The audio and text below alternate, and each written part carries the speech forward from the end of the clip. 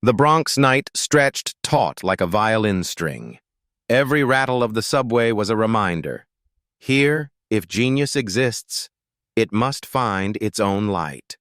On the number 1 train, 10-year-old Ethan Miller clutched a 50-cent spiral notebook to his chest, listening to the rhythm of his heartbeat blend with the clang of steel wheels. Steady beats that convinced him even chaos had hidden structure, like turbulence that looks meaningless from afar but hides a secret score. The side door of Columbia's mathematics building unlocked with a dry click. Margaret Miller pushed her janitor's cart, wrist wrapped in old tape, gaze fixed forward, step deliberate, as if the marble corridor were an organ pipe she alone could command. She told Ethan to stay in the supply room. 4 hours. Read. Don't move. Then she locked the door, pocketed the key in her worn uniform. The fluorescent light poured down on posters along the hall. Energy spectra of turbulent flows. Diagrams of lift on aircraft wings solved approximately with the Navier-Stokes equations. Animated vortices peeling off surfaces like sesame seeds skipping on a drum. Ethan had stared through the glass at those posters many nights. He loved number theory and algebraic topology more. But even in those chaotic swirls, he saw comfort. Chaos was only order misnamed. The supply room lamp was too bright. Ethan flipped open the spiral notebook, the paper thick enough to keep ink from bleeding. He turned past pages full of 1P1 groups, sketches of fiber bundles, notes on prime distribution scavenged from library books. In one margin, he had drawn a tunnel, a phantom space where 2 unrelated objects could meet by way of a gentle embedding, a bijection through a 3rd dimension. The wheels of Margaret's cart rattled away. The hall returned to the hum of air vents. Ethan pressed his ear to the door, counting her footsteps fade. The lock was on the outside, but the hinge, he noticed, sat loose. 2 screws, shallow enough to coax with to a pencil. A Bronx childhood had taught him tricks. Open a stuck lid with a spoon, tie laces with elastic, bend a paperclip into a hook. Now, he teased the hinge until the door gave a gap wide enough for a thin body. Click. He slid out, feet bare on the cold tile, shadow melting into the glass. At the corridor's end, a door stood ajar. Brass plaque. Richard Alden, Ph.D. Light spilled out, chalk dust, paper, and another smell, ideas trapped in loops that refused to end. Inside, the back wall was one vast board. Symbols ran in rivers, zeta functions curling like vines, arrows stretching from object to object, diagrams tangled into roots. At the top, chalked in green, Alden conjecture. 3 columns below, algebraic topology, analytic number theory, non-Euclidean geometry, linked by arcs like arteries. Ethan crept closer. In section 3, the writing grew cramped, chalk uneven, traces of erasure and return. Something glimmered to his intuition, a topological invariant half buried in an analytic expression. Professor Alden had tried to join them by brute force, but the bridge leaned the wrong way. Ethan's breath caught. He didn't understand the board in full. He let his eyes lead, as Ms. Harper, his teacher, had told him. Don't cram adult words into your head. Let what you see guide you. Learn the words later. In a palm-sized blank corner, he lifted a dry marker, squeaked, stopped, swapped for a stub of chalk saved from the schoolyard. He drew a curve, soft and spare, linking 2 distant symbols. In the middle, he sketched a 3rd space, a simple bulging surface, not an answer but a hint. Don't force the banks to meet head-on.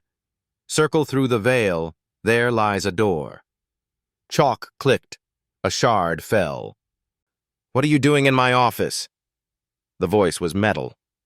Professor Richard Alden filled the doorway, coat unbuttoned, silk tie loose, eyes fixed not on a child but on a stray glyph contaminating his work. Ethan dropped the chalk. I just... You just vandalized 15 years of labor. Alden's steps landed like nails driven. Who are you? Summer student? No. I remember every authorized face. His eyes dropped to Ethan's worn shoes, thin jacket. How did you get in? Door, open. Ethan's lie was too slow. Alden's gaze swept the curve Ethan had drawn. His lip curled. Doodles. You think some pseudo-philosophical sketch rescues a logical fracture? This is proof, not therapy. He wiped the mark with his sleeve, smearing white like a wound. Ethan's throat clenched, but the line in his mind flared brighter. He wanted words, had only shape. I think it doesn't go straight, he whispered. If there's a third space, a curved surface between... You think? Alden spat the word back. A child thinks. Do you know what a topological invariant is? Do you grasp that fairy tales of primes do not build analytic number theory? Have you read one page of non-Euclidean geometry outside a meme? Science is not play. It needs breeding, training, discipline. His eyes sharpened. You don't belong here. The words struck like dropped bricks. Ethan longed to pick up the chalk shard, redraw the bridge, but Alden's eyes warned every move would be catalogued as crime. Footsteps rushed outside. Margaret burst in, breathless. Professor Alden, She froze at the sight. Her face aged a decade in one gasp. You know the rules, Margaret, Alden said without looking at her. This floor is authorized personnel only. You brought a child. His hand drifted toward the desk phone. HR will hear in the morning. Please, Margaret whispered, voice straining. All my fault. He only likes the board, he won't... Next time, Alden intoned, teach him some doors stay closed. We don't mind diamonds from mud. Margaret pulled Ethan behind her. His small hand clutched her coat not out of fear of Alden, but to keep the vision in his mind from shattering. He glanced at the board. The erased arc still left a ghostly dot, a node, stubborn as memory. Let's go, Ethan, Margaret murmured. Now. Alden nodded at the night guard, Mike. File an incident report. Documentation matters. He brushed his sleeve where chalk had stained silk, disgust shadowing his face. They hurried down the hall. Posters glowed, Navier-Stokes equations, vortex streets patterned like crooked sheet music. A caption read, Digital simulation of turbulence using AI optimization of model parameters. Ethan didn't parse it all, but sensed a lesson. Don't just change values, change the framing. With right parameters, chaos folded into tapestry. Outside, Manhattan exhaled steam. Margaret's stride was fast, jaw lifted though her eyes shone wet. Ethan's hands were cold, mind blazing. He had no language for a paper, only curves and a bridge still hanging in the dark. Grandma? He asked on the stone steps. Can we buy another spiral tomorrow? This one's almost full. She paused, gazed at him with the whole Bronx night in her eyes. Exhaustion, cold, defiance. Yes. I'll work another shift. We'll buy 2.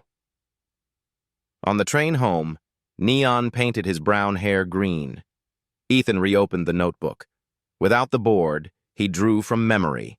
Arrows, fibers, layers. In the middle, a sphere, a humble icon of the intermediate space. He smiled to himself, penciled, temporary. Learn the language later. At dawn, the radiator popped like marbles in a pipe. Ethan spread notebook pages across the floor. He sketched Section 3 anew, slower, surer. On one page, he wrote in block letters, The wall is an illusion. Beneath, smaller. Math doesn't belong to him. When Margaret touched his head that morning, he slid the notebook beneath his pillow, a warm stone to guard a vision. He closed his eyes. Outside, Bronx roared as always. Inside, silence grew, the silence of a proof being born. The Bronx morning arrived with a gray heaviness, the kind that blurred roofs and fire escapes into watercolor smudges. Ethan Miller sat at the kitchen table with his spiral notebook spread wide, the pages trembling from the subway vibrations that passed through the walls. He wasn't tired, though he hadn't slept much. His pencil scraped across the paper in steady strokes. In the margin he had written, in block letters, "The wall is an illusion." His grandmother, Margaret, watched silently as she fried 2 eggs in a dented pan. The apartment was too small for secrets. She could see every number he wrote, every curve he sketched. "Eat before it's cold," she urged. "I will," Ethan said, though his pencil did not slow. Margaret sighed. She had raised one daughter who died too early, and now she was raising a grandson who carried storms inside his head. She recognized the obsession, brilliance tethered to hunger. But brilliance did not pay rent. At school that morning, Ethan carried his notebook like a sacred text. His 5th-grade classmates at PS 147 shuffled into their seats, chatter filling the room, sneakers, video games, gossip about who traded snacks. Ethan took his place by the window, pencil poised, already calculating. Ms. Harper, a young teacher with tired eyes and sharp intuition, noticed. She had learned quickly that Ethan solved his math worksheets in minutes and then drifted into doodling strange patterns. Unlike most teachers, she didn't punish him for not paying attention. Instead, she began collecting the doodles. She saw spirals, grids, strange diagrams that looked less like art and more like something from a graduate seminar. That morning, she set a worksheet on his desk. Long division problems, routine for his grade. Ethan finished in 2 minutes, then turned the page over and drew something else. A donut-shaped surface with arrows pointing across its surface. Ms. Harper crouched beside him. "What's that?" "A torus," Ethan said simply. Her eyebrows lifted. "And what are the arrows?" "They show how you can map numbers onto it. Like, instead of thinking of remainders as lines, you wrap them around a circle, or even better, around a donut. Then some problems become easier because the remainders repeat like paths on the surface." Ms. Harper blinked. She had studied enough mathematics in college to know this wasn't gibberish. "Topology," she whispered. Ethan tilted his head. "Is that the word for it?" "Yes." He smiled faintly, as if he had finally been handed the missing word to describe a melody he had been humming for years. During recess, Ethan stayed inside, hunched over his notebook. Ms. Harper lingered, watching as he wrote symbols far beyond his age, sigma notations, prime gaps, sketches of twisting spaces. "You see things in shapes, don't you?" she asked. "Shapes, patterns, echoes," Ethan replied. "Numbers aren't just numbers. They're like music. The way primes repeat, the way turbulence forms in water, it all feels like one thing." She pulled a chair beside him. "Show me." He drew 2 columns, one filled with prime numbers, the other with gaps between them. Then he sketched a curve that rose and fell like a wave. "People think primes are random, but I think they're hiding in a rhythm, like turbulence in fluid dynamics. It looks chaotic, but if you solve the Navier-Stokes equations carefully, you can see patterns in the vortices." Ms. Harper frowned. "Where did you learn about Navier-Stokes?" "In a book my grandma found in the Columbia Library dumpster. Someone threw it away." Ethan, Most graduate students don't even touch those equations until years into their studies. He shrugged. They're just shapes in another language. After class, Ms. Harper called Ethan to her desk. She pulled a battered calculus textbook from her drawer. I want you to try something, she said, sliding it toward him. This was mine in college, page 214, limits and derivatives. Don't worry if you don't understand at first. Just look. Ethan opened the book reverently. The symbols swirled before his eyes, but instead of fear, he felt recognition, like meeting distant relatives whose faces matched his own. Can I borrow it? He asked. Ms. Harper hesitated, then nodded. But promise me something. You'll also eat and sleep and play basketball sometimes. He grinned. Basketball is just parabolas with air resistance. She laughed, shaking her head. You're impossible. That evening, back in the Bronx apartment, Ethan spread the calculus book beside his spiral notebook. Margaret returned from her shift, exhaustion hanging heavy on her shoulders. She set a takeout container on the table. Dinner, she said simply. Thanks, Grandma, Ethan murmured, not looking up. His pencil flew across the page, tracing the definition of a derivative. Limit as h approaches 0 of open parenthesis f of x plus h minus f of x close parenthesis divided by h. Margaret sat beside him, watching the symbols she could not read. Is that from the board last night? Not exactly, but it helps. If you can see how a function changes, you can see the hidden shape. Margaret reached out, smoothed his hair. Baby, promise me one thing. Promise me you won't let them take that spark from you. He looked up, eyes burning with a mix of innocence and defiance. Math doesn't belong to them. It belongs to everyone. The next week, Ms. Harper arranged a meeting with the school's principal. She laid Ethan's notebook on the desk, flipping to a page where he had sketched connections between topology and number theory. The principal frowned. Are you saying this fifth grader understands college-level mathematics? I'm saying he sees it, Ms. Harper replied. Maybe not with formal language yet, but the intuition is there. The principal sighed. Even if that's true, what can we do? Our school doesn't have advanced classes. Then we find someone who can help, Ms. Harper said firmly. 2 days later, Miss Harper invited a guest into the classroom, David Chen, a graduate student from Princeton and cousin to Ethan's friend Tommy. David leaned over Ethan's desk, scanning the notebook. His eyes widened. This is remarkable, David whispered. He's making connections I didn't see until last year. Ethan looked up. Do you think it's right? David smiled. Not just right, original. Ethan's cheeks flushed, but he quickly bent back over the page. He pointed at a diagram. See, if you treat this as a topological invariant, then the prime gaps start to behave like curves folding in on themselves, almost like turbulence patterns. David stared at the boy, then at Ms. Harper. He's not doodling. He's seeing mathematics in a way we don't teach.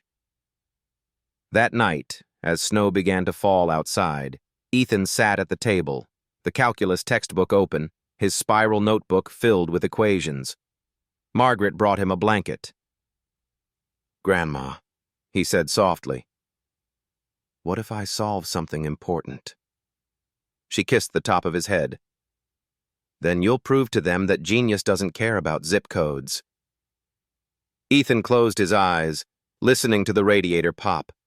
He imagined the board in Professor Alden's office, the erased corner where his chalk line had been. He saw the bridge again, the third space, the curved surface, the solution waiting to be spoken in the right language. And he whispered to himself, like a vow, math doesn't belong to him. It belongs to everyone. The week after Ms. Harper introduced Ethan to David Chen, the Bronx seemed less like a cage and more like a vestibule, a waiting room before a greater threshold. Ethan's spiral notebook swelled with new diagrams, its spine fraying under the weight of secrets too heavy for a child's desk. Margaret noticed the change. Her grandson no longer doodled. He constructed. He no longer whispered to himself. He lectured silently, lips moving in a cadence that echoed proofs far beyond his years. Yet genius, like light under a closed door, has a way of slipping out. On Thursday evening, Margaret's shift at Columbia began late. Ethan followed, his backpack heavier than usual, filled with 3 spiral notebooks, the calculus text from Ms. Harper, and a worn library copy of topology and geometry. Margaret had scolded him gently. "You'll ruin your back." But she let him carry it anyway. Books were the one burden she never denied. Security guard Mike barely glanced up as they passed. He liked Margaret, but more than that, he pitied her. Everyone did. No one imagined she carried a grandchild who was, quietly, rewriting the patterns of mathematics. As usual, Margaret locked Ethan inside the supply closet. But Ethan's mind thrummed with unfinished equations. The night before, he had glimpsed a structure that felt alive. An interlacing of prime numbers and topological invariants, a symmetry almost musical. He couldn't let it slip away. This time he carried a small flashlight and a courage born of necessity. When Margaret's cart rattled out of earshot, Ethan returned to the loose hinge, slipped free, and stepped into the dim hall. The mathematics building was not empty. Voices drifted from a lecture room, the cadence of Professor Richard Alden himself. Ethan froze, pressing against the wall, listening. 15 years, and still no closer. The Alden conjecture remains as untouchable as ever, the professor declared. His voice carried the weight of performance, part pride, part despair disguised as arrogance. I have reviewed hundreds of so-called proofs, all amateur delusions.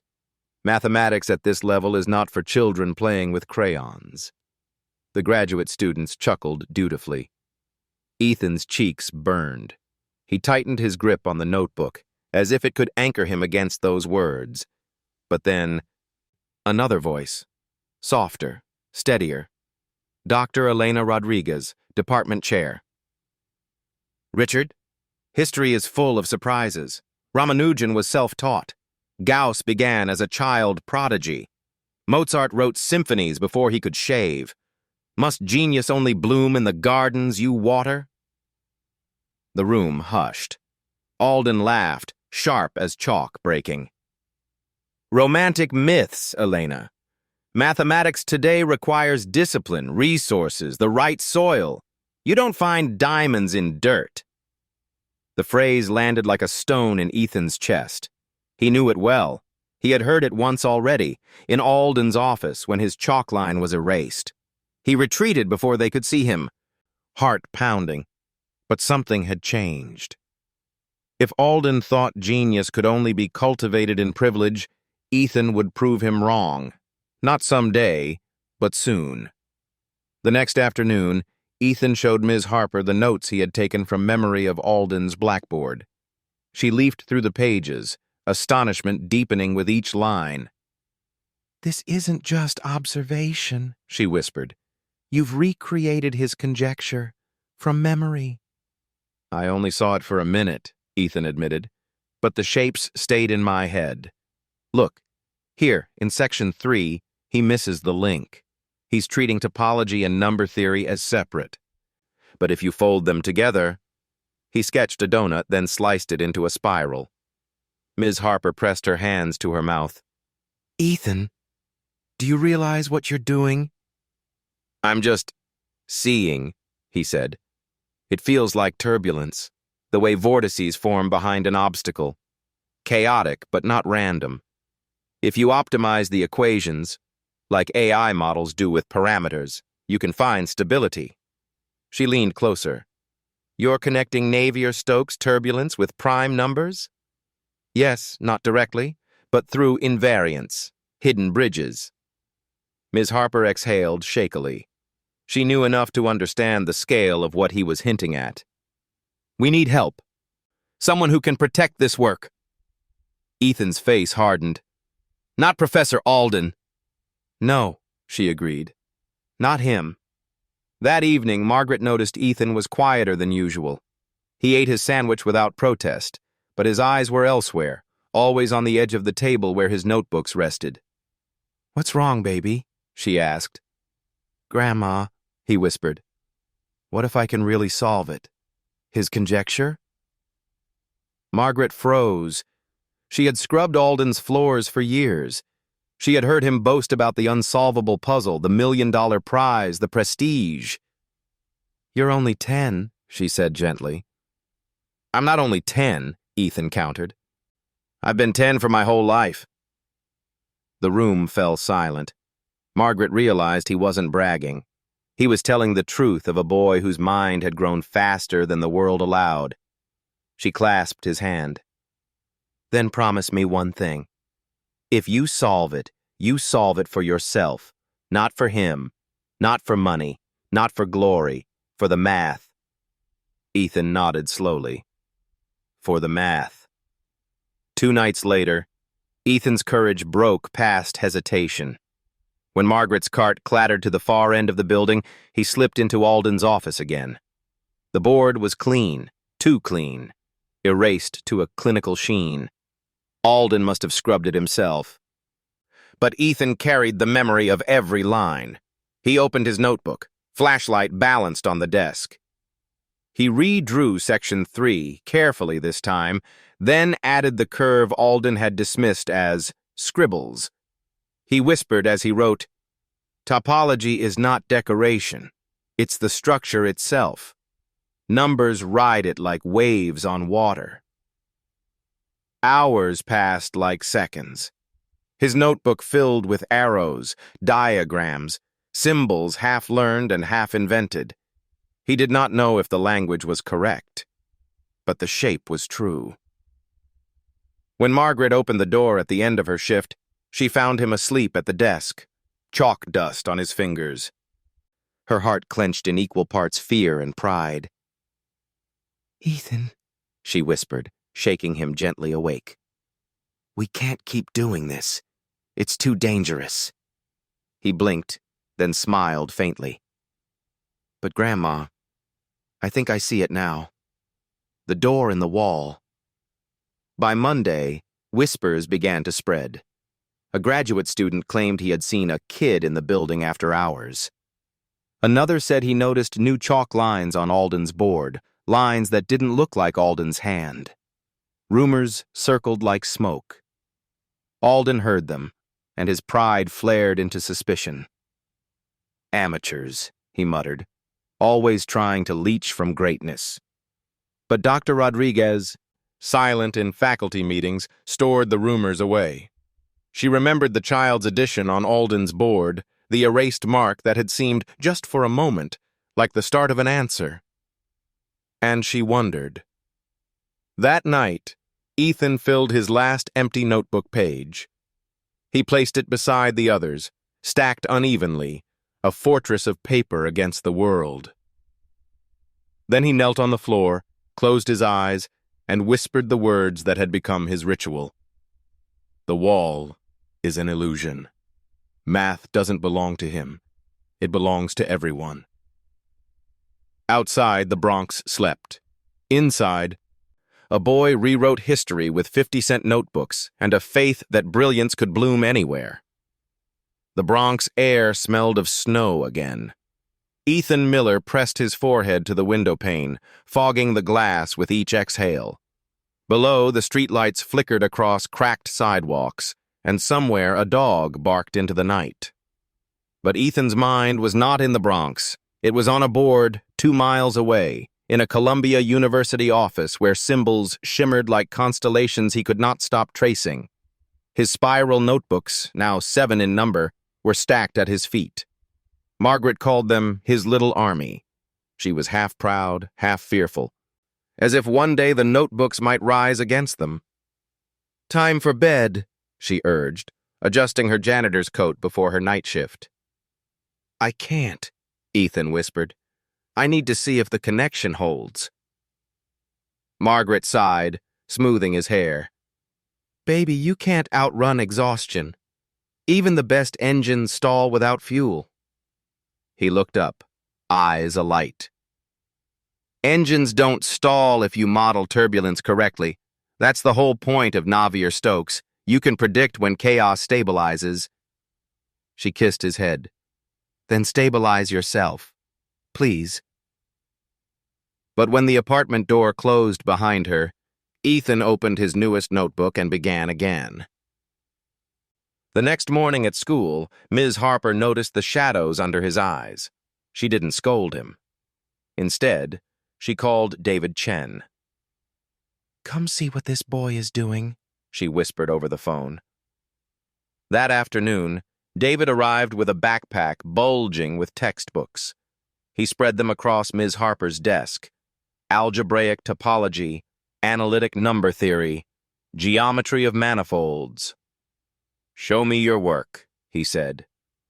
Ethan opened his notebook, flipping to the section that haunted him, the bridge between prime distribution and topological invariance. David leaned over, brow furrowed. "You're using homotopy classes like stepping stones across number theory. That's audacious." "Does it work?" Ethan asked. David hesitated, tracing the lines. "It might, but the language isn't formal. No journal would accept this as is." "I don't care about journals," Ethan replied. "I just want the truth." David smiled faintly. "That's what every mathematician says, but if you want them to hear you, you have to speak in their tongue." So began the strangest collaboration in Columbia's history. A Princeton PhD candidate and a 10-year-old Bronx boy hunched over the same pages, the graduate student formalizing the grammar, the child supplying the vision. Margaret came home one evening to find David at the kitchen table, chalk dust smudged on his sleeves. "What's this?" she demanded, weary from mopping hallways. "Homework," Ethan said quickly. David stood, respectful. "Mrs. Miller, forgive me for intruding, but your grandson is doing something extraordinary.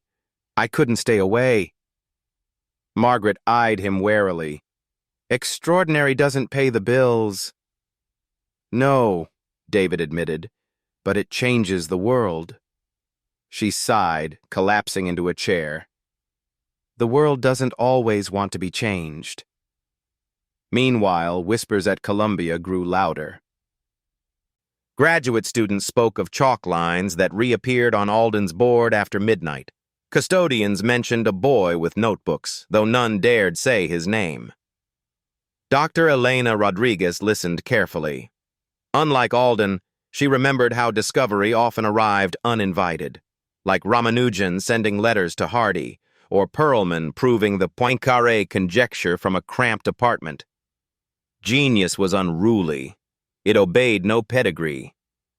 So when Ms. Harper emailed her Ethan's work, scanned from notebook pages, Elena's heart skipped. She recognized structures she had never seen aligned in that way, bridges invisible until drawn by a child's hand. She printed the pages, carried them home, and stared long into the night. 1 week later, Ethan sat in the public library with David. Pencils scratched across graph paper, equations blooming in margins. "Here," Ethan said, pointing. "If you fold the torus this way, the gaps between primes align like turbulence vortices. See? The Navier-Stokes analogy isn't metaphor. It's structural." David stared. "You're suggesting number theory behaves like fluid flow when mapped through topology." "Yes." "That's insane," David muttered. Then softly, "But it might be right." He pulled out his laptop, typing furiously. "We'll need to translate this into latex. Journals won't look at pencil sketches." Ethan frowned. "Will Professor Alden see it?" David paused. "Eventually. But not before others do." I'll send it to my advisor, Professor Kumar at Princeton. He's on the editorial board of the Journal of Advanced Mathematics. Will he laugh? Ethan asked quietly. David shook his head. He doesn't laugh at truth. That night, Margaret returned home to find Ethan asleep at the table, cheek pressed against a half-finished diagram. She covered him with a blanket, then noticed a loose sheet under his arm. It read, "The Alden conjecture is not impossible. It is misseen. The wall is an illusion." Her breath caught. She remembered Alden's words. "We don't mind diamonds from dirt." She whispered to the sleeping boy, "Then show them, baby. Show them where diamonds really grow." 2 days later, Professor Kumar called David. "Extraordinary," Kumar said, voice trembling. "I've had 3 colleagues review it. The logic holds. Elegant, simple once you see it. Who is M. Miller?" David hesitated. "He's a student." "A Princeton undergrad?" "No, a 5th grader." Silence.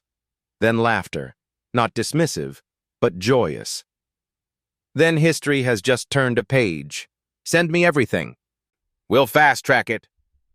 At Columbia, Alden strutted into a symposium announcing the Alden Conjecture Prize would rise to $1 million.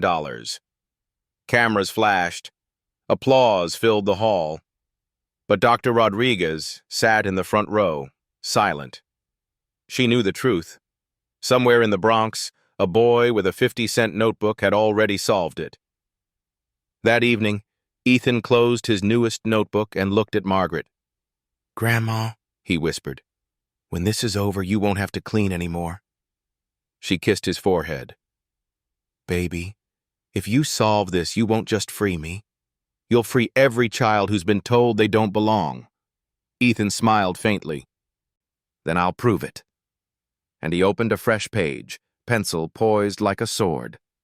The snow outside Columbia University had not yet melted, though weeks had passed since Ethan Miller's notebooks first began whispering of bridges hidden inside Section 3 of the Alden conjecture. The city trudged on, students hunched in coats, professors in scarves, custodians with carts. But inside the mathematics department, tension thickened like unventilated air. For Professor Richard Alden, the tension was personal. He had given his name to the conjecture 15 years earlier. It was his empire, his monument. Now rumors, vague but persistent, began to crawl under his door. Someone, somewhere, was working on his problem. Someone who did not belong. On a gray morning, Alden stormed into Dr. Elena Rodriguez's office. "You've seen it, haven't you?" His voice was brittle, like chalk on the edge of breaking. Elena looked up from her papers. "Seen what, Richard?" "The boy. The one who leaves marks on my board." Her pen paused. "What are you talking about?" "Don't feign ignorance," Alden snapped. "The custodial staff has a grandson, a child. He's been scribbling nonsense in my office, and now, suddenly, I hear whispers of topology mixed with number theory, my language distorted. My conjecture desecrated." Elena met his eyes evenly. "Mathematics doesn't belong to you, Richard. It belongs to the truth." His face flushed. "Truth? A 10-year-old does not know truth. A 5th grader does not solve conjectures crafted by masters. Do you understand what it takes to wrestle with algebraic topology? To map invariants across non-Euclidean geometries? To align them with the density of primes? That child can't even spell Navier-Stokes, let alone connect turbulence to number theory." Elena's reply was quiet but sharp. "Perhaps he doesn't need to spell it. Perhaps he can see it." Alden's hand trembled as he gathered his notes. "This ends now. I won't let my life's work be reduced to a fairy tale about prodigies in the Bronx." That same day, in a modest Bronx apartment, Ethan sat at the kitchen table with David Chen. Their notebooks lay side by side, the boys filled with intuitive sketches, the graduate students with formal translations. "Look," Ethan said, pencil tapping a diagram. "If you fold the prime gaps along a torus, the pattern isn't chaotic. It's like turbulence settling into stable vortices. The Navier-Stokes equations predict where vortices form if you know the initial conditions. So primes aren't random either. They're hiding in another geometry." David's eyes widened. That's exactly what Alden missed. He treated topology as accessory, not essence. "You're saying topology is the skeleton, and number theory is just the flesh stretched across it?" Ethan nodded. "Exactly." Margaret, listening from the stove, stirred a pot of soup. She didn't understand the math, but she recognized the music in her grandson's voice. It was the same melody her late daughter once carried, the music of someone who believed impossible things could be bent into shape. Days later, Alden got what he wanted. Confrontation. Margaret had brought Ethan with her on a shift, lacking childcare. He stayed in the supply room with his notebooks, but his hunger grew unbearable. When the hallway grew quiet, he slipped out again, drawn like gravity to Alden's office. This time he was caught not after, but during. "What are you doing here?" Alden's voice cracked across the room. Ethan froze, chalk in hand. He had just drawn the intermediate surface, a curved third space that married two of Alden's stubborn equations. I was just trying to see the pattern," Ethan stammered. Alden's eyes narrowed.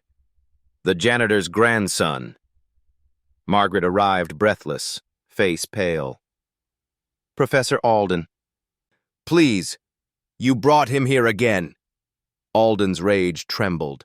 "This is not only trespassing, it is theft, intellectual theft. Do you know what this board represents? 15 years. My name, my reputation." "It's not theft," Ethan whispered. His voice was small but steady. "Math doesn't belong to you. It belongs to everyone." The words detonated. "You dare lecture me?" Alden thundered. "You, a boy who hasn't studied a single formal theorem, dare claim ownership of mathematics?" He stabbed a finger toward the chalked arc. "That is nothing. Scribbles. Do you even know what a homotopy is? A cohomology group? A non-trivial invariant?" Ethan swallowed hard.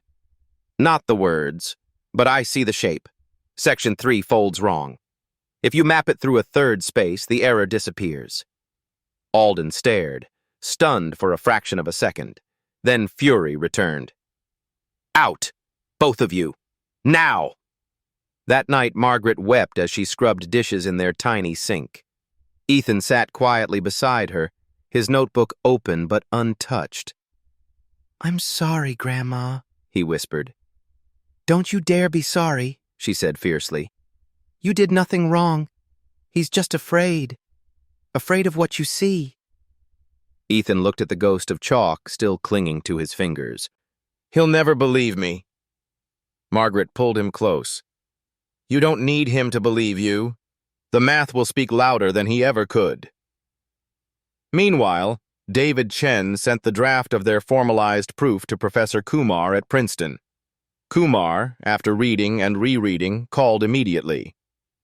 "It holds," Kumar said, voice reverent. "It's valid, elegant, revolutionary." "Then what do we do?" David asked. Kumar's reply was decisive. "We publish. And when the world sees, Alden will have no choice but to listen." But Alden wasn't waiting. In faculty lounges and donor dinners, he began whispering poison. "A hoax," he muttered. "Some graduate student trying to humiliate me, using a child as cover. They'll see soon enough there's no shortcut to truth."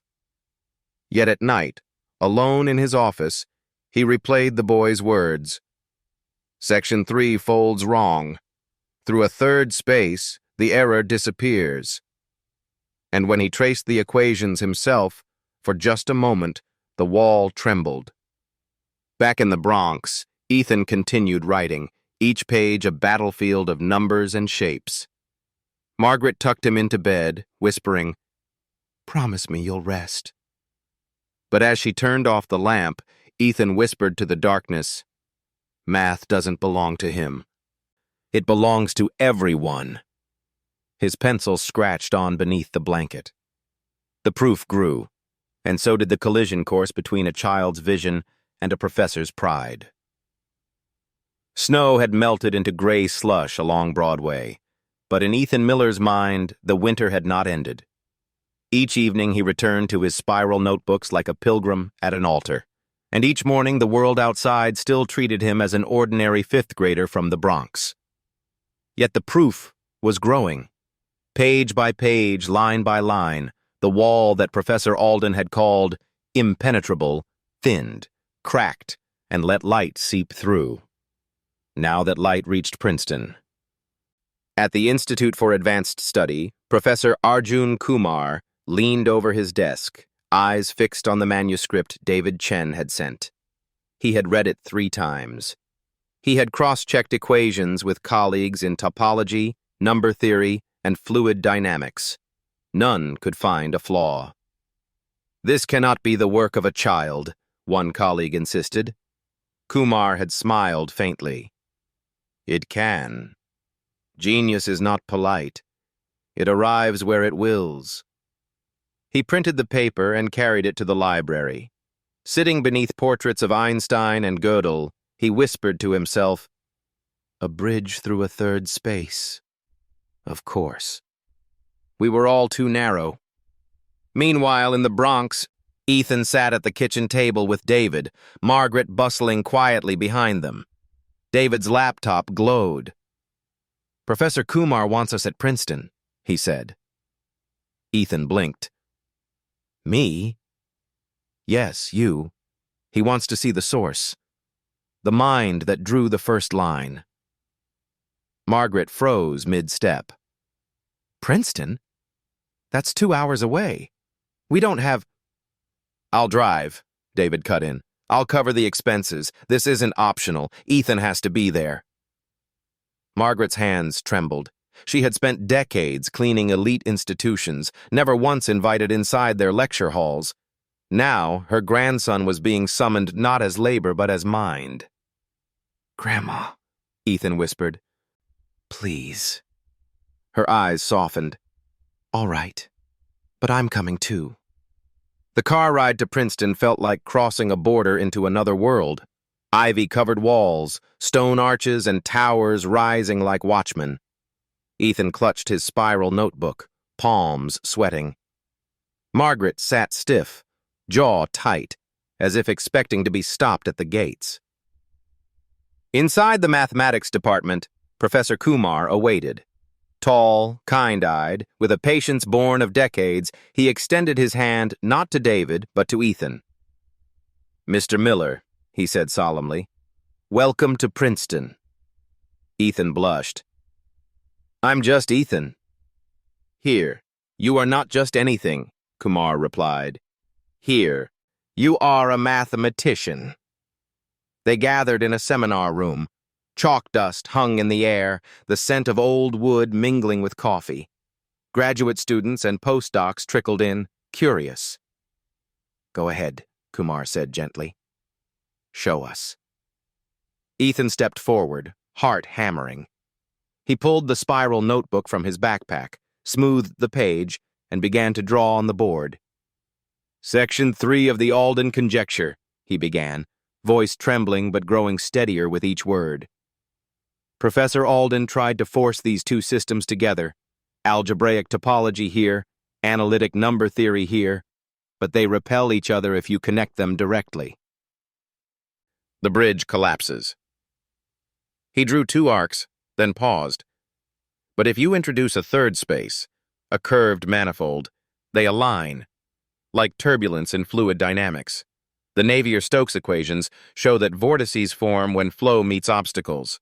Prime gaps behave the same way. The turbulence is not chaos, it's geometry. Murmurs rippled through the room. Ethan continued, chalk scratching.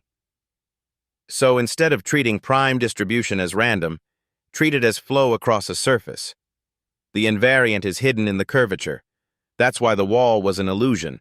It wasn't a wall. It was a veil. When he stopped, silence fell. The board glowed with arcs and symbols, childish handwriting framing a vision that made trained mathematicians forget to breathe.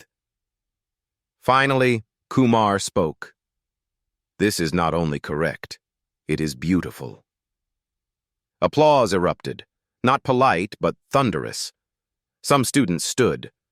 Margaret clutched her coat, tears streaming silently. But not all hearts softened. One visiting scholar whispered to another, "If this boy solved Alden's conjecture, what does that make Alden?" The answer hung heavy. Obsolete. Word reached Columbia within hours. A colleague phoned Alden. "Richard, you'd better sit down. They're presenting your conjecture at Princeton, credited to an elementary school boy." Alden's face drained of color. "A stunt," he muttered. "A trick to humiliate me." But when he hung up, his hands shook. Deep inside, rage and fear wrestled with the memory of the boy's chalk line, the curve he had dismissed as childish scribbles. He slammed his fist on the desk. "If the world believes a janitor's grandson solved my conjecture, then the world has lost its mind." At Princeton, Kumar turned to Ethan. "We will publish this, but you must decide how your name appears." Ethan blinked. "My name?"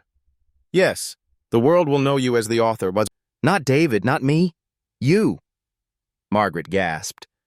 "But he's only 10. Kumar smiled. "And Gauss was only 10 when he found the formula for summing numbers. Age is not the measure of genius."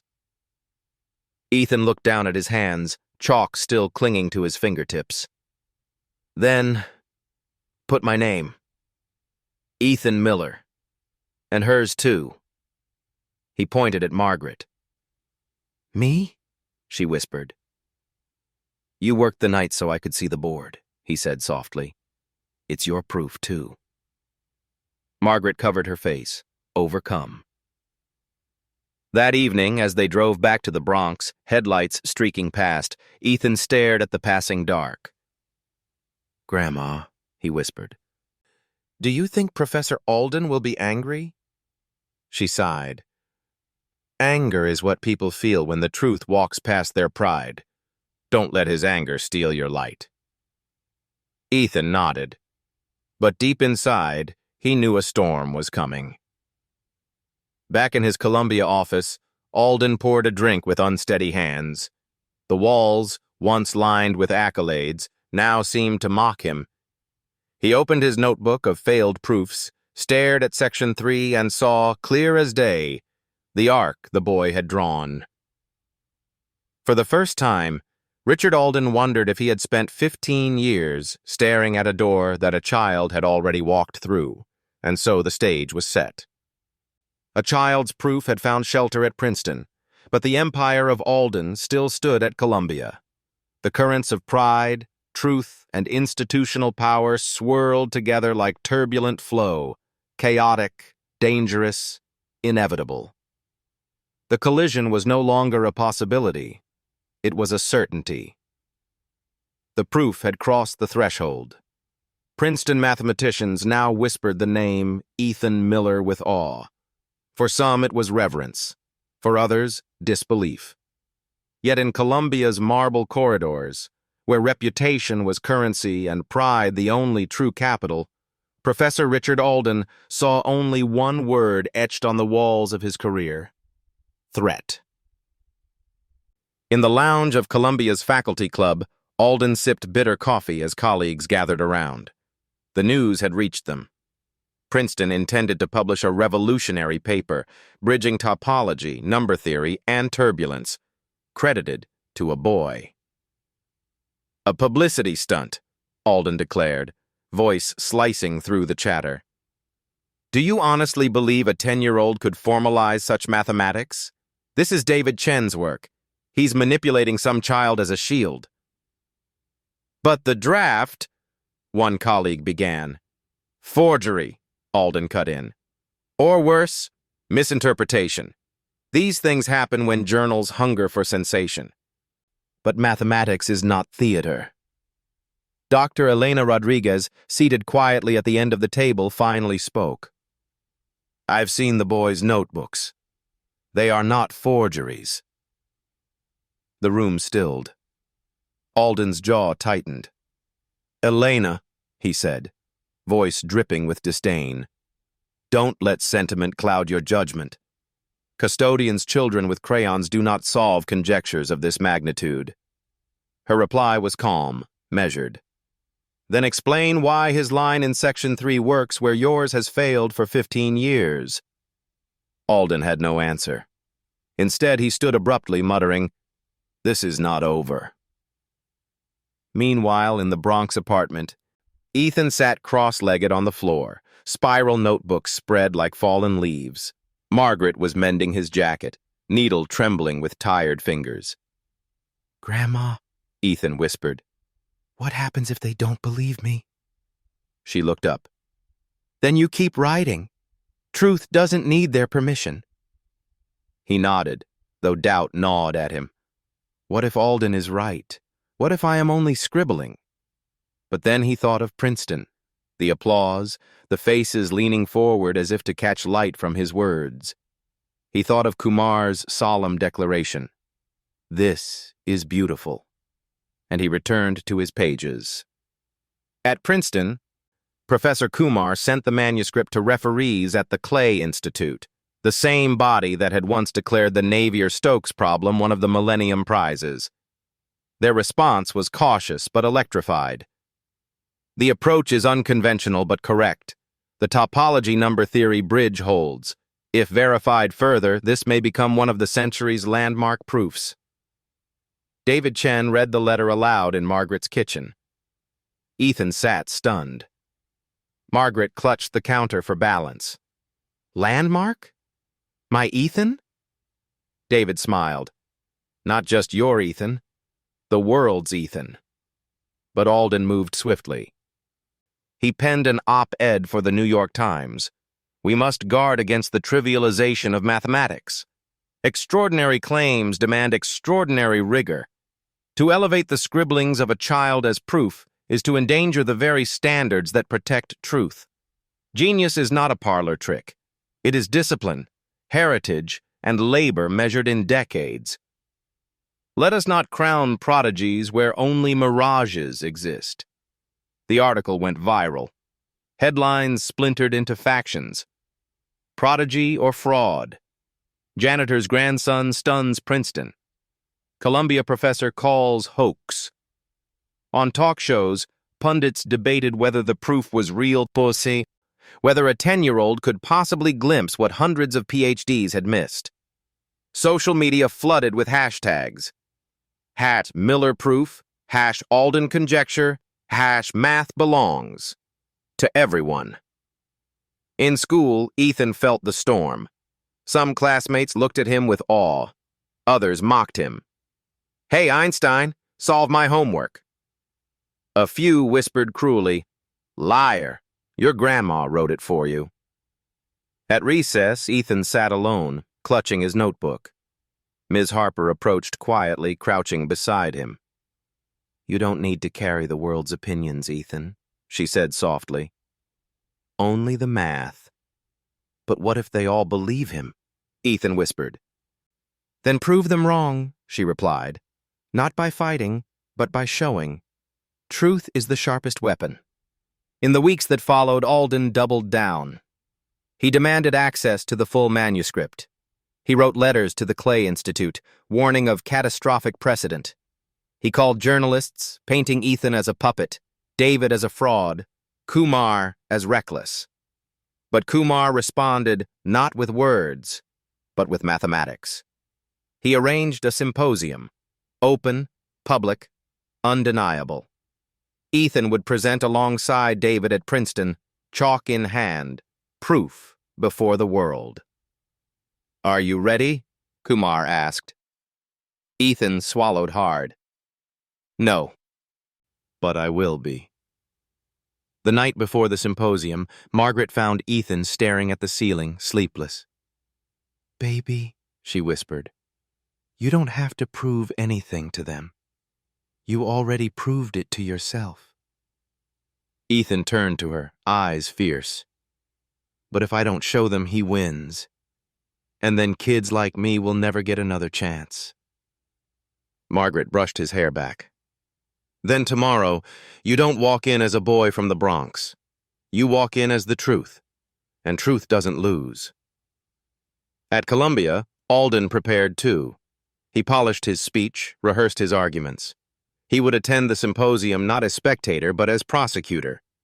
He would dismantle the boy, reclaim his conjecture, and restore order. But deep inside, a tremor gnawed at him, the memory of the boy's line, the ghost of a third space he could not erase. The morning of the symposium dawned cold and bright, the lecture hall filled with professors, students, journalists. Cameras rolled. The world was watching.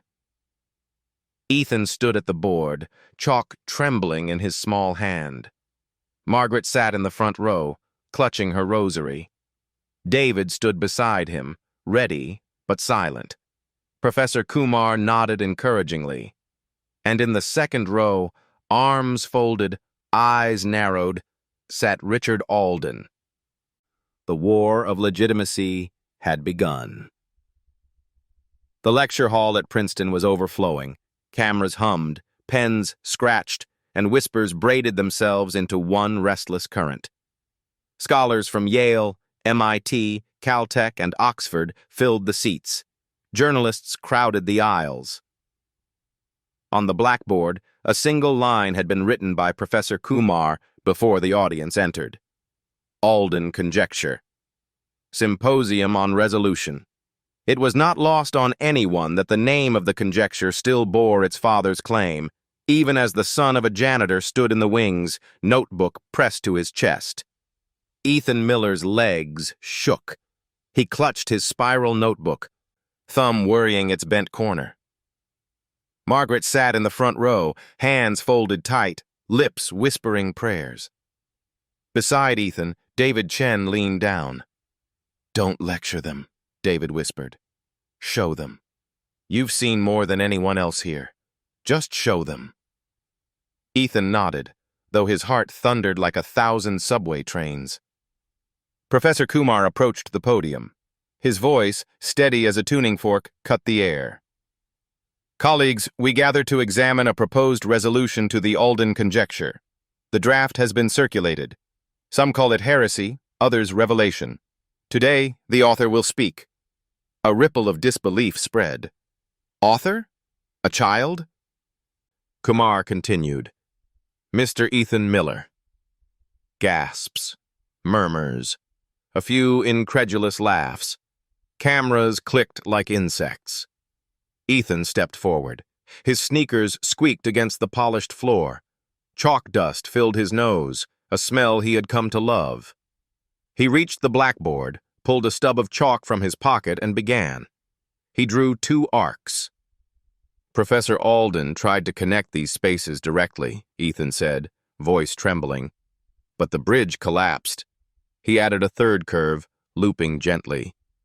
If you introduce a 3rd manifold, the systems align. This isn't decoration. It's structure, like turbulence in fluids. He drew swirling lines. Vortices peeling from an obstacle. The Navier-Stokes equations predict vortices when flow meets resistance. Prime gaps behave the same way. They look random, but when mapped through topology, they stabilize. The invariant was hidden here, in the curvature. He circled Section 3's core term, then drew the curve through it. Silence deepened. Pens hovered, frozen. Even the cameras seemed to stop breathing. Ethan lowered the chalk. The wall was never real. It was a veil. For a heartbeat, nothing. Then applause. Hesitant, then swelling, then thunderous. Margaret wept openly. Ms. Harper, who had traveled up from the Bronx, clapped until her palms stung. David placed a steadying hand on Ethan's shoulder. But in the second row, Professor Richard Alden rose, face pale, but voice sharp. "This is theater," he declared.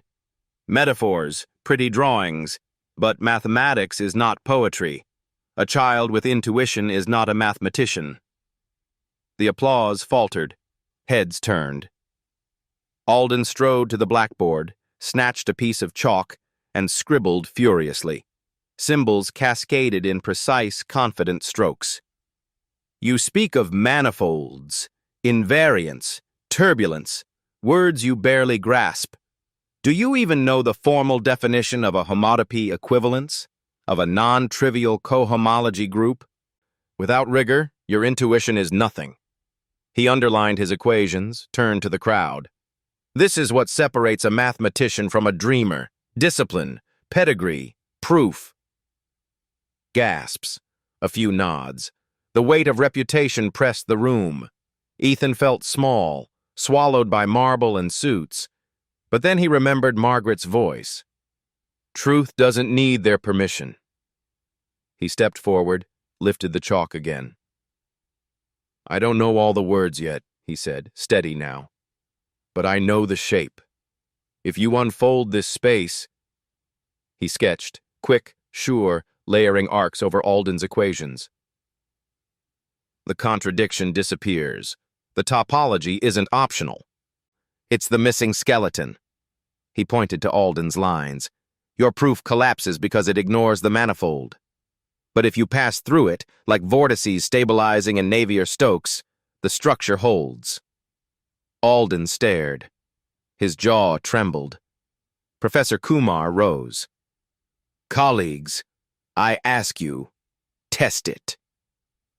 3 referees hurried forward. One, a topologist from MIT, examined the board. His lips moved silently as he traced the arcs. Another, a number theorist from Oxford, recalculated terms with feverish speed. The third, a fluid dynamicist, compared the analogy to turbulence models. Minutes ticked. The hall buzzed. At last, the Oxford scholar turned. "It holds." The MIT topologist nodded. "Elegant. Obvious in hindsight." The fluid dynamicist whispered, awestruck, "A child saw turbulence in primes." The room erupted. Applause, cheers, disbelief dissolving into awe. Ethan stood still, overwhelmed. Alden staggered back, chalk slipping from his hand. For the first time in his career, words failed him. When the hall finally quieted, Professor Kumar spoke. "Mathematics does not belong to titles, nor to institutions, nor to pride. It belongs to truth, and truth, today, spoke through Ethan Miller." The audience rose in ovation. Margaret clasped her hands over her mouth, tears streaming. David squeezed Ethan's shoulder until it hurt, and Ethan, for the first time, smiled not in defiance, but in peace. That evening, headlines blazed.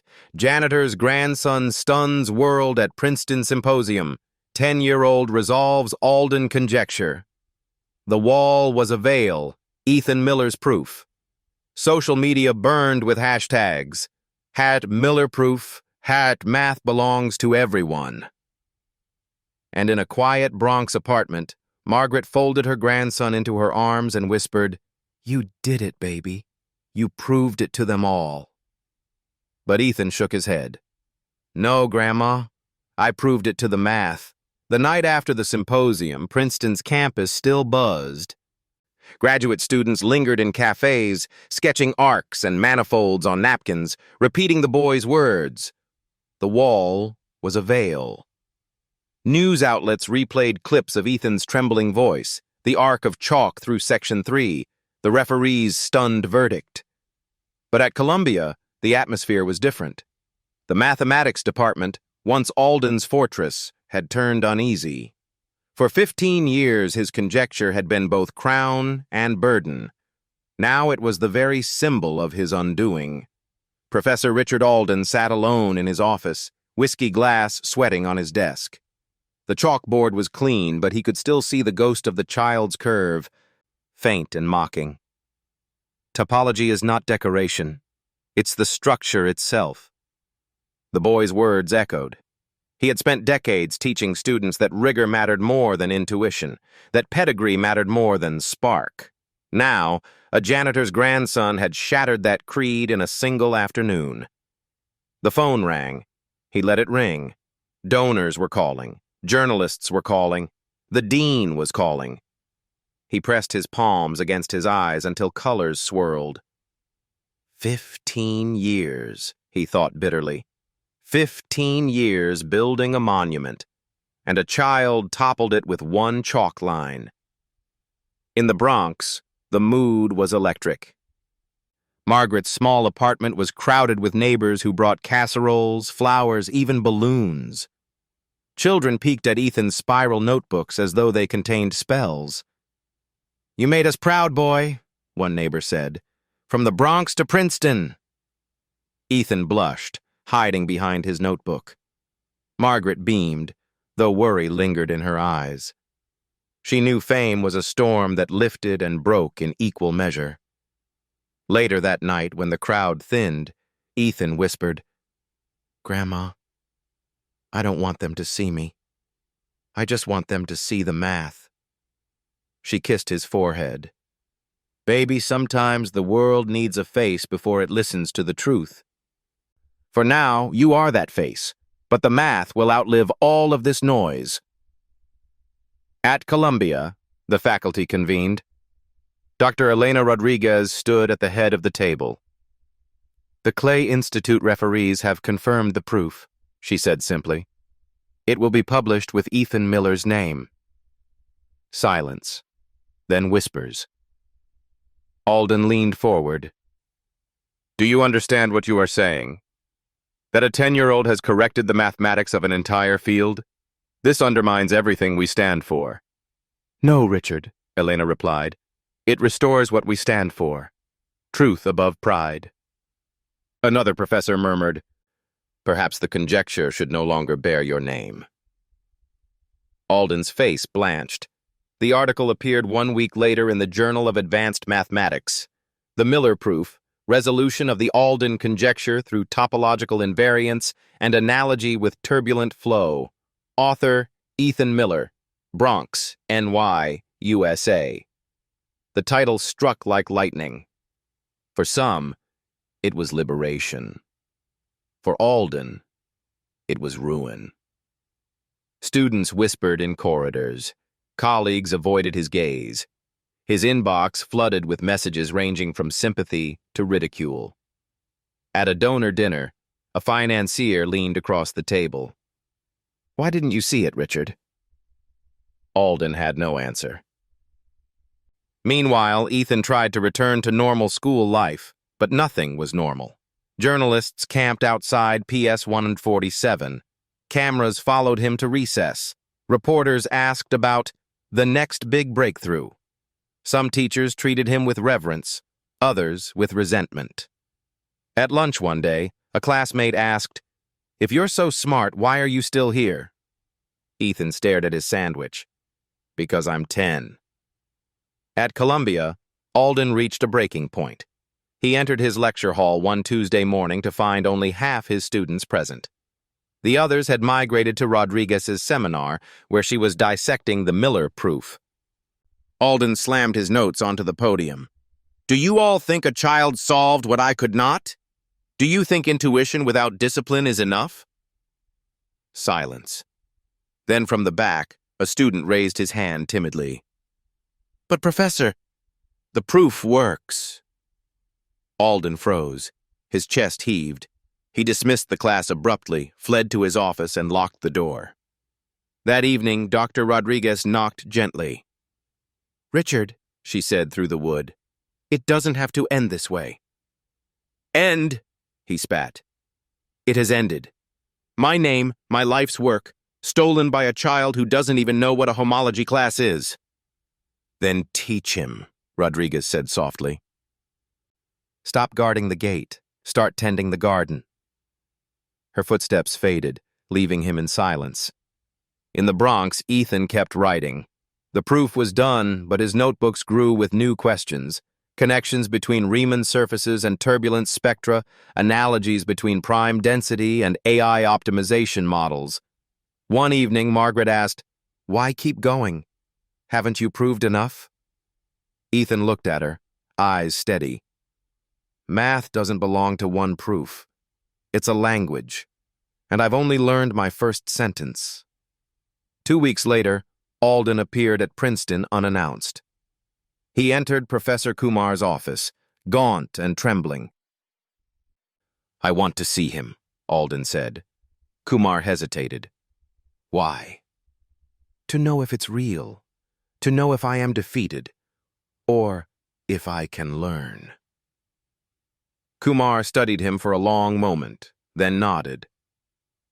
That Saturday, in a quiet seminar room, Ethan sat scribbling while Margaret knitted nearby. The door opened. Richard Alden stepped inside. Ethan froze. Margaret stiffened. Alden's voice was hoarse. "Show me again." Section 3. Ethan hesitated, then picked up the chalk.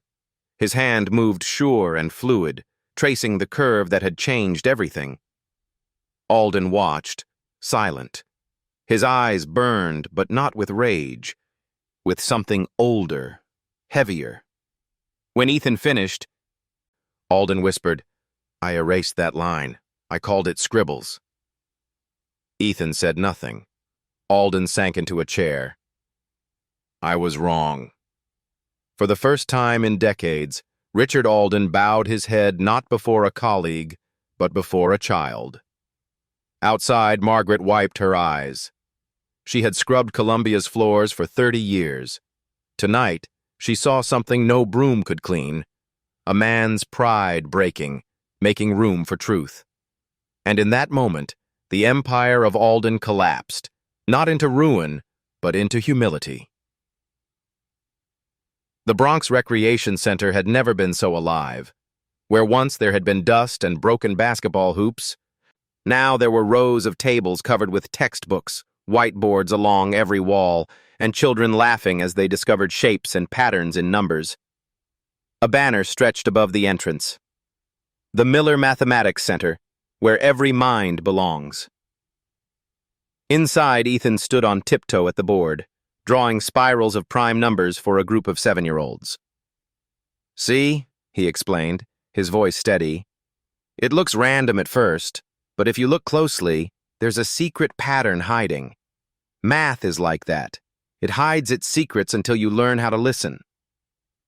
The children leaned forward, eyes wide. One girl raised her hand. "Is math only for geniuses?" Ethan shook his head. "No, math is for everyone. You don't need to be a genius. You just need curiosity and a pencil." At the back of the room, Margaret sat proudly. She wore a blouse instead of her old janitor's uniform. No longer invisible, she was now the director of the center. Tears threatened, but she blinked them away. She wanted to watch, not cry. Weeks earlier, the Clay Institute had officially renamed the conjecture, the Miller Proof. The decision made headlines around the world. For Ethan, it felt surreal. For Margaret, it was vindication. But with recognition came responsibility. Politicians wanted him to testify before Congress about education. Universities wanted to offer honorary fellowships. Reporters wanted sound bites. Ethan wanted only to work on his notebooks. Yet when Princeton's Professor Kumar suggested building a community center in the Bronx with part of the $1 million prize, Ethan's eyes lit up. "Grandma," he had whispered that night, "what if kids like me didn't have to sneak into libraries? What if they had a place where math belonged to them from the start?" Margaret had taken his hand. "Then let's build it." The opening ceremony was crowded. Reporters, city officials, neighbors, and children filled the hall. Ms. Harper had left her teaching post to become head instructor. David Chen brought graduate students from Princeton to volunteer. But what stunned everyone was the presence of Richard Alden. He stood near the door, thinner, older, stripped of his old grandeur. His tenure had been revoked. His reputation lay in tatters. Yet he had come anyway, clutching a leather-bound journal, his father's. When Margaret saw him, her spine stiffened. She remembered the humiliation, the firing, the eviction notice. She wanted to send him away. But Ethan whispered, "Let him stay." Alden approached slowly. "I came to return this," he said, handing Ethan the journal. "My father believed mathematics was a democracy of the mind. I forgot that. You reminded me." Ethan studied him. "Are you here to learn?" Alden hesitated, then nodded. "If you'll have me." The room fell silent. Then Ethan pointed to an empty chair at the back. "Sit there. Raise your hand if you have questions." A ripple of laughter softened the tension. Alden lowered himself into the chair, humbled, a student again. 2 months later, Ethan was invited to testify before Congress. He wore the same tie Margaret had bought for the clay ceremony. Cameras whirred as he stood behind the podium. "Every child," he said clearly, "deserves access to mathematics, not just in wealthy schools, but everywhere. Genius is not born in privilege. It grows wherever there is curiosity, patience, and opportunity. How many potential discoveries have been lost because kids were told they didn't belong?" His words swept across the chamber. Lawmakers who had entered distracted now leaned forward. The education bill passed unanimously. Funding flowed into underserved schools nationwide. Meanwhile, Ethan's days at the center became his true joy. He guided children through puzzles, taught them to see geometry in leaves and algebra in the rhythm of basketball games. "Look," he'd say on the court, chalking equations on the pavement, "the arc of the ball is a parabola." Kids laughed, but they understood. Math was no longer abstract. It was life. One evening, Alden lingered after class. "You teach them with joy," he admitted softly. "I spent my whole career teaching with fear. Fear of mistakes, fear of being exposed." Ethan looked at him with quiet compassion. "Mistakes aren't failure. They're steps. Even you taught me something. By dismissing me, you made me fight harder." Alden bowed his head. "Then perhaps redemption begins in the Bronx." From that day, Alden returned weekly. He did not lecture. He listened. Sometimes he asked questions. Sometimes he helped a child struggling with multiplication. Sometimes he simply cleaned the chalkboard at the end of class. And slowly, his pride softened into humility. Months passed. Invitations poured in from across the world. The Fields Medal Committee issued a special commendation, the youngest in history. France awarded him the Legion of Honor. MIT invited him to a special youth research program. But when reporters asked about his greatest achievement, Ethan always pointed to the center. "This," he'd say, "is more important than any prize, because it means no kid has to feel like they don't belong." One autumn afternoon, Margaret found Ethan alone, staring at his notebooks. "Another problem?" she asked. Ethan nodded. "The Riemann hypothesis. It feels like the next wall."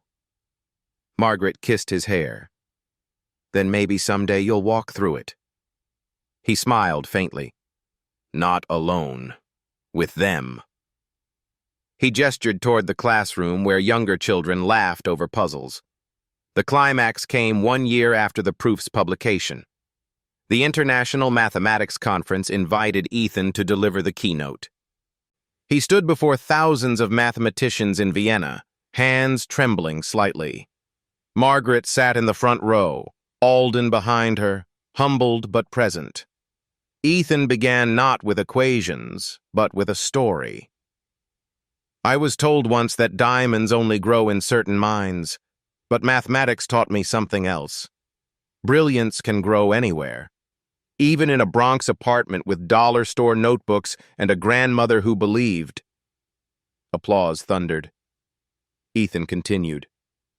"My proof was not the end. It was the beginning. Because the true proof is not that I solved one conjecture. The true proof is this. Genius is everywhere. We just need to give it a chance. He paused, looking out at the audience. Mathematics doesn't belong to Columbia or Princeton or any institution. It belongs to all of us. And the next great proof will not come from where you expect. It will come from someone, somewhere, who refuses to give up. The hall erupted, not in polite applause, but in a standing ovation that seemed to last forever. That night, walking along the Danube, Ethan turned to Margaret. "Grandma, do you think Mama knows?" Margaret's voice trembled. "Oh, she knows. Every time you write something beautiful, she knows." They stood in silence. The city lights reflected in the river, the future open and infinite. Back in the Bronx, the banner above the center was updated. It no longer read just the Miller Mathematics Center. Beneath it, in bold letters, "Impossible is just not yet solved," and every child who walked through those doors believed it. Dear friend, if this story touched you, don't let it end here. Subscribe, share, and join us. Because somewhere out there, another impossible is waiting to be solved. And together, we will find it.